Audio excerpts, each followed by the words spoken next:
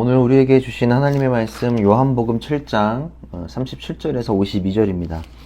오늘 우리에게 주신 하나님의 말씀 요한복음 7장 37절에서 52절입니다. 함께 우리 합독하며 말씀을 같이 봉독합시다.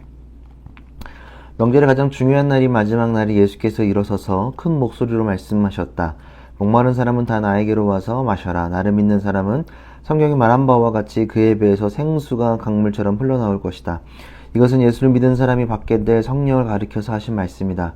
예수께서 아직 영광을 받지 않으셨으므로 성령이 아직 사람들에게 오시지 않았다.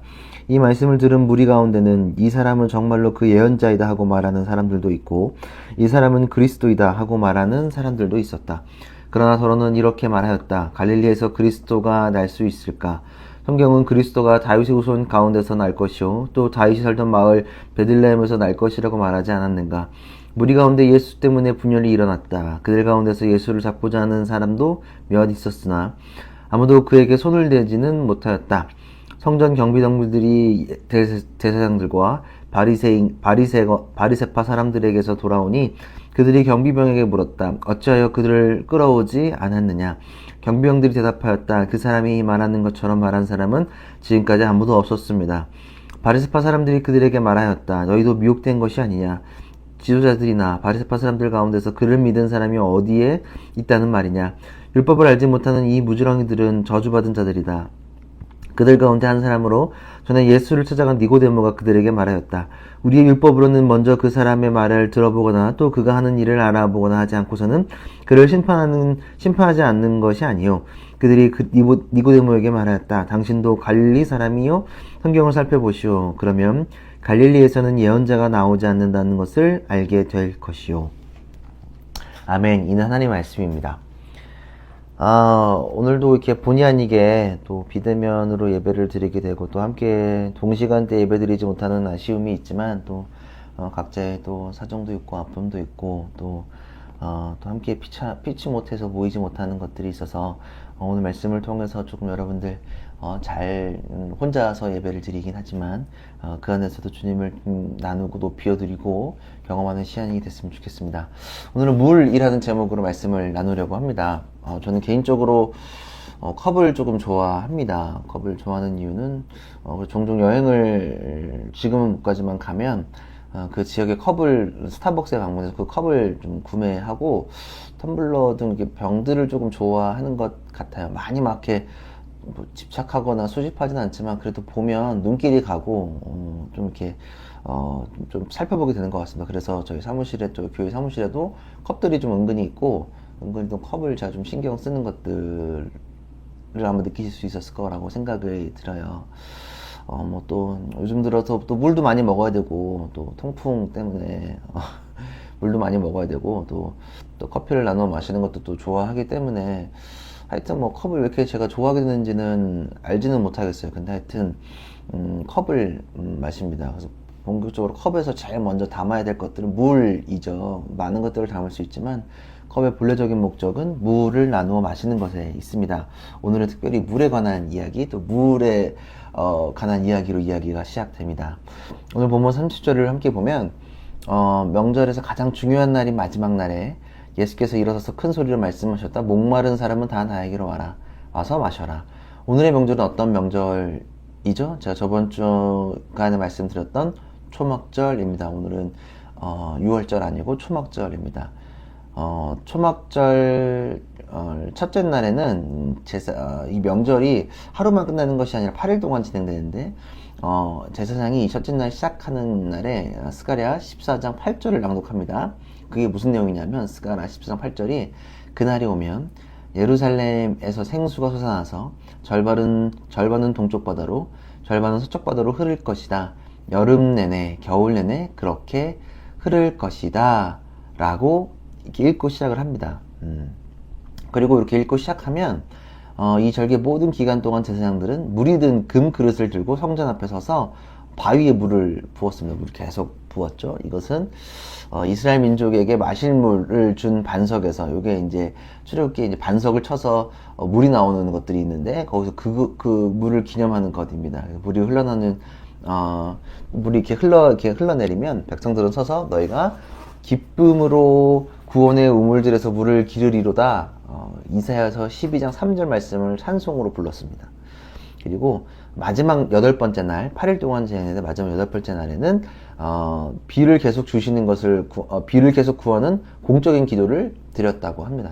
비를 많이 주십시오, 비를 주십시오라고 주님께 기도를 드렸다고 합니다. 이것이 초막절입니다. 요 기간 때 물에 관련된 이 절기에 주님께서 물에 대해서 이야기를 하신 거죠. 오늘 37절 목마른 사람은 다 나에게로 와서 마셔라. 사실 물은 인간에 있어서 인간 생존에 있어서 가장 기본적인 요소입니다. 인간의 몸의 70%가 물로 구성되어 있기도 합니다. 우리가 흔히 알고 있는 4대 문명, 황하, 인더스, 메소포타미아, 이집트 문명은 강가를 중심으로 문명이 형성됩니다. 그리고 현대 국가에서도 각 나라의 수도에는, 상징적인 수도에는 강이 존재합니다. 강은 길이 되기도 하고 또 식수로 사용되기도 했었습니다. 굉장히 중요한 부분이죠. 각 수도에는 특징적으로 물이 흐르고 있고 물이 아주 풍족한 곳에 도시가 형성되어져 있다는 사실입니다.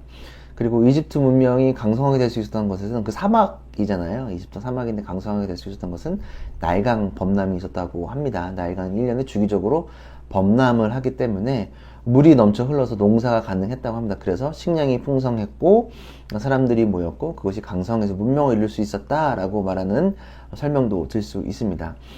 석탄과 석유 에너지 등장 이전에 1차 산업에서 물은 농업에 있어서 가장 중요했습니다. 그래서 이전 기원 전에는 물이 범람을 기다렸겠지만 이후에는 저수지를 만들어서 수로를 만들고 또 물을 관리하기도 했습니다.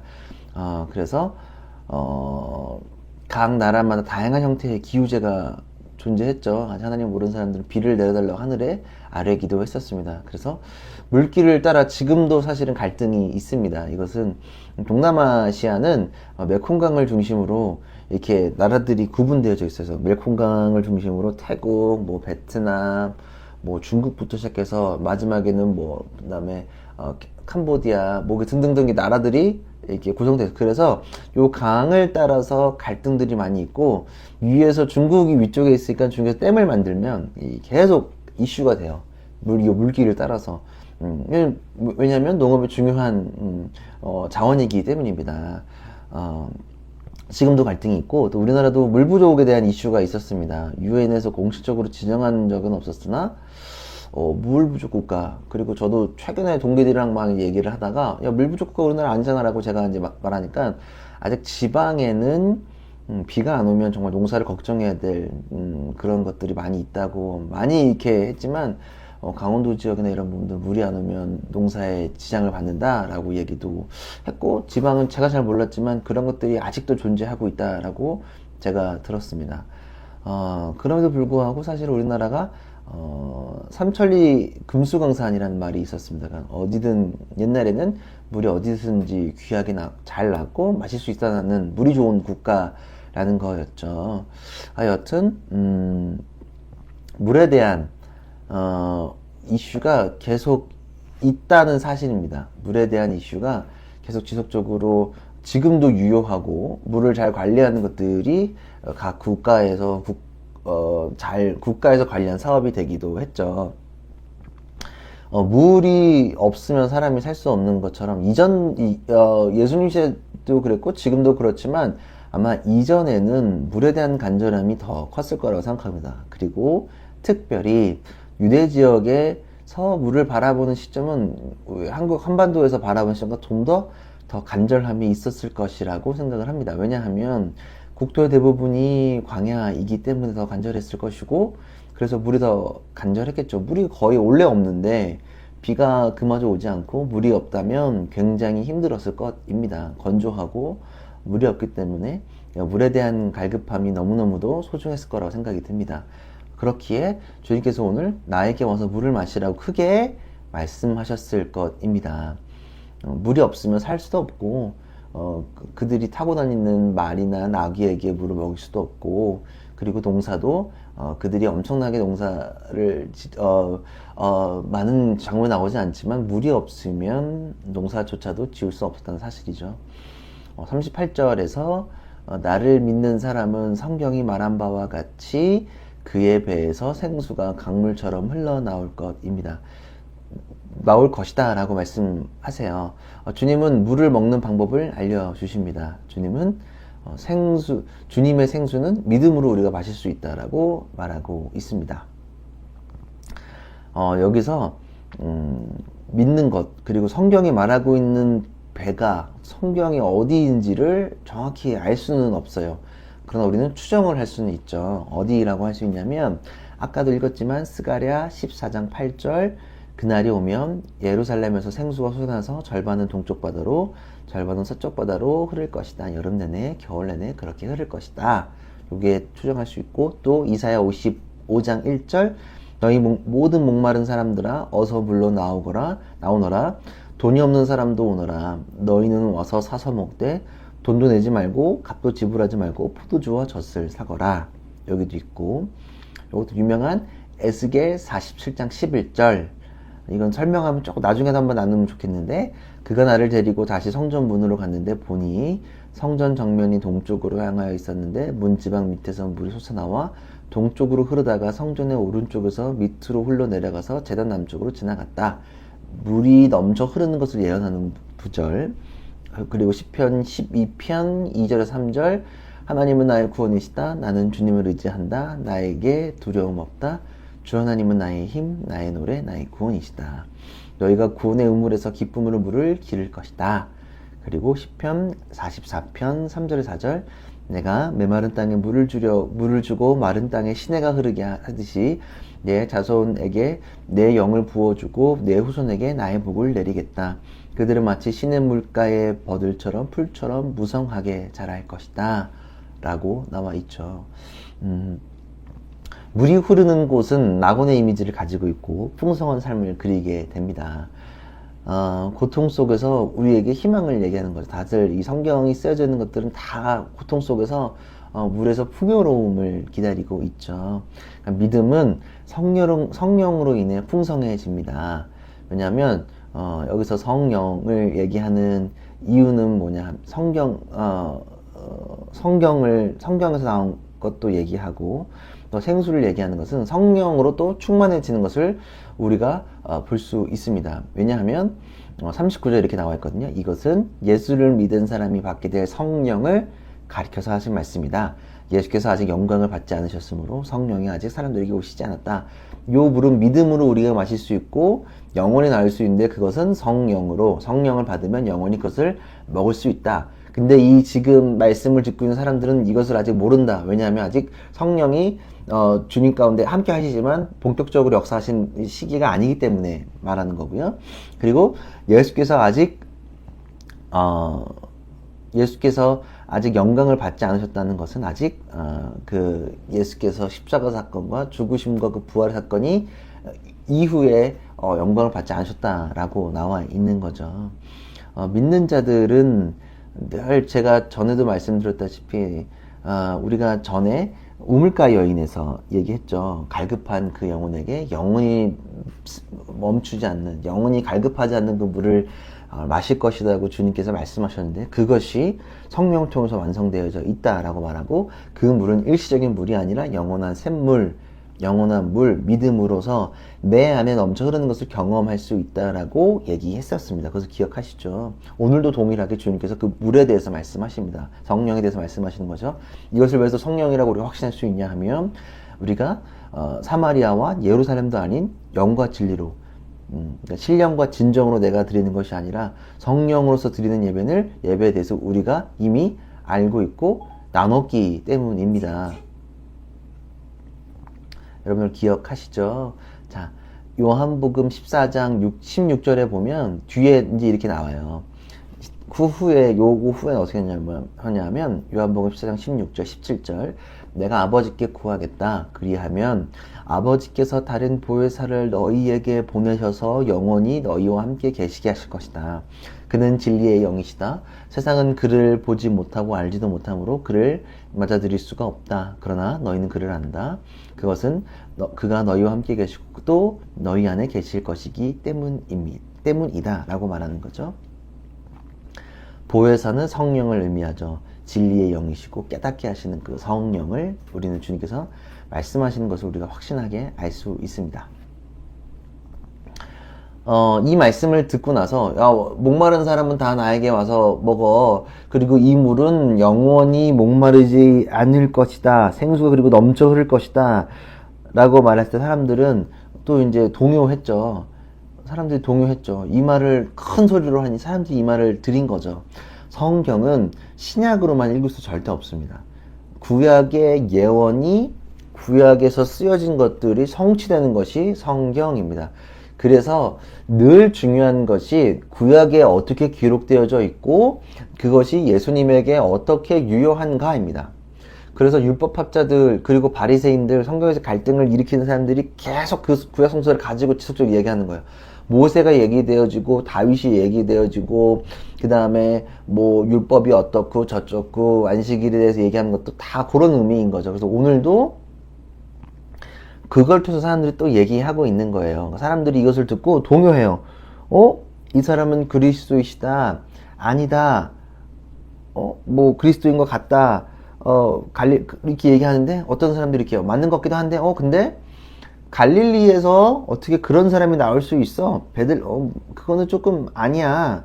그것은 맞지 않아. 라고 얘기하는 거예요. 42절에 보면 성경은 그리스도가 다윗 후손 가운데서 날 것이요. 또 다윗 살던 마을 베들레헴에서 날 것이라고 말하지 않았는가? 라고 지금 말하는 거예요. 성경 보니까 이렇게 나와 있는데, 이거 맞아? 이거 틀린 거 아니야? 라고 말하는 거죠. 그러면 요거에 대해서 성경은 또 어떻게 얘기하느냐? 이런 부분에 대해서 요한복음은 기록되어져 있지 않지만 요것에 대해서 마태복음 1장 1절에 보면 마태복음이 시작되면서 제일 먼저 쓰여진 구절이 뭐냐 하면 1장 1절 아브라함의 자손이요 다윗의 자손인 예수 그리스도의 계보는 이러하다. 그러니까 예수님이 아브라함의 자손이고 다윗의 자손이다 라는 것을 천명하는 거죠. 그리고 누가복음 2장 10절에 11절에 천사가 그들에게 말하였다. 두려워하지 말아라. 나는 온 백성에게 큰 기쁨을 될 소식을 너희에게 전하려 준다. 오늘 다윗 동네에서 너희에게 구주가 나셨으니 그는 곧 그리스도 주님이시다 라고 얘기하죠. 복음서에서 예수가 다윗의 자손이고 그 예언이 성취임을 지속적으로 밝히고 있는 거죠. 다윗은 성경에 있어서 매우 중요합니다. 다윗을 이야기할 때 우리가 떠오르는 이미지들이 굉장히 많이 있는데 어떤 것들이 있냐면 시인이기도 하죠. 아까 우리 시편에 대해서 시인, 양도 쳤고 양치기도 하고 어렸을 때 연주가이기도 해요. 굉장한 하프 연주자이기도 하고 또 굉장히 전쟁에 능한 장군이기도 했고 마지막에 왕의 이미지가 있죠. 이런 이미지를 가지고 있는 사람과 천박하게 그지없는 갈릴리 출신의 목수가 그럴 리가 없다는 거죠. 이 목수랑 매치가 안 된다. 맞지 않다. 그리고 이 예언과 다윗 자손은 예수가 아니다 라고 이야기하는 거죠. 그리고 이렇게 계속 사람들이 아니라고 생각하고 확증 편향을 갖고 있고 접근하니 여전히 예수를 해치고 싶어하는 사람들은 이러지도 못하고 저러지도 못하는 거예요. 맞으면 어떡하지? 자기네가 생각했을 때 아닌 것 같기도 한데 맞으면 어떡하지? 이게 전전긍긍 하는 거예요. 그래서 사람들한테 막 떠밀어요. 45절을 보면 성전 경비병들이 대제사장들과 바리새파 사람들에게서 돌아오니 그들이 경비병들에게 물었다. 어찌하여 그를 끌어오지 않았느냐? 경비병이 대답하였다. 그 사람이 말하는 것처럼 말한 사람은 지금까지 아무도 없었습니다. 바리새파 사람들이 그들에게 말하였다. 너희도 미혹된 것이 아니냐? 지도자들이나 바리새파 사람들 가운데서 그를 믿는 사람이 어디에 있다는 것이냐? 율법을 알지 못하는 이 무지렁이든 저주받은 자들이다. 바리새파 사람들은 예수를 체포하지 않은 경비병들을 질타하죠. 왜 체포하지 않느냐? 그러나 경비병들은 예수님처럼 말하는 것을 처음 본다고 증언하죠. 할 수 없다. 그래서 바리새파 사람들은 너희가 미혹되었는가? 홀렸는가? 우리 저번 주 말씀에 귀신이다. 너 귀신 아니냐? 귀신인 거냐? 라고 말하는 것처럼 너 미혹되었느냐? 귀신에 홀렸느냐? 라고 이야기하는 거죠. 이러지도 못하고 죽이고는 싶은데 이러지도 못하고 저러지도 못하는 상황인 거죠. 그 다음에 3장에 등장했던 니고데모가 등장을 해요. 니고데모 밤에 찾아와서 요한복음 3장에 나와 있는 니고데모가 등장하는 거죠. 그때 50절을 함께 보면 그들 가운데 한 사람으로 전에 예수를 찾아간 니고데모가 그들에게 말하였다. 우리의 율법으로는 먼저 그 사람의 말을 들어보거나 또 그가 하는 일을 알아보거나 하지 않고서는 그를 심판하지 않는 것이 아니오. 52절 그들이 니고데모에게 말하였다. 당신도 갈릴리 사람이요 성경을 살펴보시오. 그러면 갈릴리에서는 예언자가 나오지 않는다는 것을 알게 될 것이오. 그들은 체포하고 싶지만 변증을 듣지 않고 우리 율법에 변증을 듣지 않고 체포할 수는 없다. 너네 지금 법 지키고 있는 거야? 라고 와서 지금 얘기하는 거야. 그러니까 사람들이 움찔하는 거죠. 변증을 들어보지 않았으니까. 그래서 반박하는 거예요. 너 갈릴리 사람이야? 너 제 편이야? 왜 편드냐? 갈릴리에서는 하나님 아이사서 나오지 않는다는 거죠. 근데 사실은 예수가 갈릴리에서 사으셨지만 출생한 것은 날 곳이 없어서 베들레헴으로 갔다는 그 사실을 우리는 알고 있죠. 보면 니고데모가 이렇게 변론까지 해요. 어쩌면 니고데모는 저번 주에 나눴던 학문사 변행을 실천하고 있는 것 같습니다. 밤늦게 찾아와 질문하고 예수께 3장에 찾아와 질문하고 분별했으니 이제는 니고데모가 행동하고 있는 것 같기도 합니다. 이렇게 오늘 본문이 끝나요. 받아 마셔라. 요거에 대해서 또 이제 사람들이 이슈가 있는 거야. 사람들에 대해 예수님이 말씀하시고 변론하면 그것에 대해서 사람들이 추궁하고 따지고 하는 것들이 반복되죠. 오늘 말씀을 좀 돌이켜보면 영원한 생수는 믿음으로 없습니다. 영원한 생수는 믿음으로 먹고 마실 수 있습니다. 사마리아 여인이 그랬던 것처럼. 그리고 이 믿음으로 얻는 생수는 우리를 깨닫게 합니다. 학문사 변행이 일어나게 됩니다. 마치 오늘 마지막에 니고데모처럼 말이죠. 우리는 지금 물이 절실한 계절을 보내고 있습니다. 그리고 물이 얼마나 소중한지도 알고 있습니다. 그래서 생수를 마신다는 것, 물을 마시는 것에 대해서 절실히 알고 있기도 해요. 그러나 한편으로는 그 물이 절실하지 않다고 느낄 수도 있어요. 왜냐하면 물이 너무나도 풍요로운 삶을 살고 있기 때문에 물을 사는 것도 어렵지 않고 우리나라 물이 깨끗한데 전 세계적으로 석회질도 없고 물이 너무너무도 풍족한 물 부족 국가, 물이 없다고는 하지만 물이 잘 되고 깨끗한 나라에 살고 있고 물 때문에 크게 불편한 적이 없었기 때문에 어쩌면 물이 필요한지를 알고 있으면서도 물이 그 간절함을 우리에게 없을지도 모르겠습니다. 그래서 간절함, 갈급함에 대한 것들이 없어질지도 모르겠어요. 다시 육체적으로도 그렇겠지만 영적으로도 너무 거짓된 영들이나 그리고 영을 우리에게 갈급함 그 주님을 대체할 불량식품들 그리고 영원한 갈급함을 해소시키지 못하는 많은 물들이 우리 주위에 만연했다는 사실입니다. 사람들은 여러 가지로 우리를 정말로 이 사람들이 말한 것처럼 미혹하고 있을지 모르겠습니다. 그리고 우리는 마시면 마실수록 갈급함이 가속되는 그 물을 찾아 헤매고 있는지 모르겠습니다. 그러나 오늘 우리가 믿음으로 성취할 이 생수는 영원한 갈급함을 해소해주고 일시적이지도 않고 영원히 마실 수 있다는 그 사실을 우리가 기억했으면 좋겠습니다. 아직도 갈급한데 아직도 다른 곳을 찾고 있다면 오늘 이 시간 믿음으로 주님을 고백하고 성령으로 인하여 그 생수를 마셨으면 좋겠습니다. 그리고 이미 우리가 마시고 있는 사람들이라면 나는 그 주님의 그 믿음으로 주님의 생수를 내 갈급함 삶 가운데 힘든 삶 가운데 누리고 있다면 나만 마시지 말고 함께 사람들과 마시고 누리며 나아갔으면 좋겠습니다. 우리가 그렇게 해야 되는 믿음을 가지고 있었으면 좋겠다는 사실입니다. 믿음은 알고도 믿지만 믿음은 알아가면서 믿음으로써 알아가고 있다는 그 사실을 우리가 한 번 더 기억했으면 좋겠습니다. 간절한 것들 저도 살아보면 간절할까? 걸을 때 물 한 통 제가 늘 들고 나가는데 그것이 없다면 2시간 걷는 게 쉽지 않더라고요. 물이 없으면 절대 안 돼요. 근데 또 그렇게 걷다가 전 기도도 하고 찬양도 듣고 뭐 이렇게 걸으면서 신방도 하면서 걸으면서 보면 많은 교회들도 보기도 하고 사람들을 보기도 해요. 근데 내 영혼이 그 순간 갈급해짐을 느껴요. 이 사람들 함께 물을 마시고 싶다. 근데 나는 방법도 잘 모르고 어색하고 어리고 한데 어떡하지라는 하면서도 그러면서도 걸으면서 기도하면서 깨닫는 건 그래도 믿음으로 내 갈급함과 문제들을 돌파하고 싶다. 이겨내고 싶다. 해내고 싶다라는 그 간절한 고백이 그 순간 일어나더라고요. 내가 믿음으로 요거를 돌파하고 싶다. 믿음으로 우리 교회가 일어나야 된다.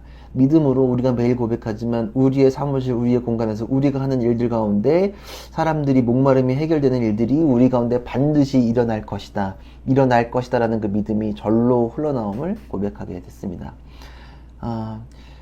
갈급한 삶을 사십시오. 근데 그 갈급함은 주님을 마심으로 해결됩니다. 믿음으로 해결되는 사실을 기억했으면 좋겠고, 우리 가운데 어떤 어려움과 힘든 일이 있을지라도 어렵지만 그 물을 마심으로 해결되는 것들을 누렸으면 좋겠고, 우리가 삶 속에서 힘들고 어려운 그 갈급함, 내 면에 누구한테도 말할 수도 없고 누구한테도 어려운 그것들을 누리고 있지만 그것들을 통하여 주님을 기억하고 주님을 마시며 나아가는 우리 모두가 되었으면 좋겠습니다. 그래서 다시는 목마르다 말하지 않고 내가 주님의 물을 계속 지속적으로 꾸준히 마시고 있다.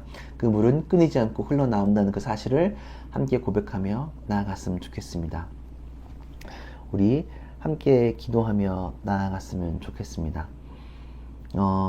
이 시간 제가 축도를 하고 마무리하는 것보다는 우리가 오늘 기도문에 나왔던 그 기도 제목들을 함께 여러분들이 기도했으면 좋겠고, 좀 간절히 기도하고 각자 기도를 마치신 후에 주기도문을 하고 각자 예배를 마무리했으면 좋겠습니다. 저도 영상이 끝나는 대로 기도하고 오늘 드려진 예물과 또 우리 교회를 위해서 또 기도하고 마무리할 테니까요.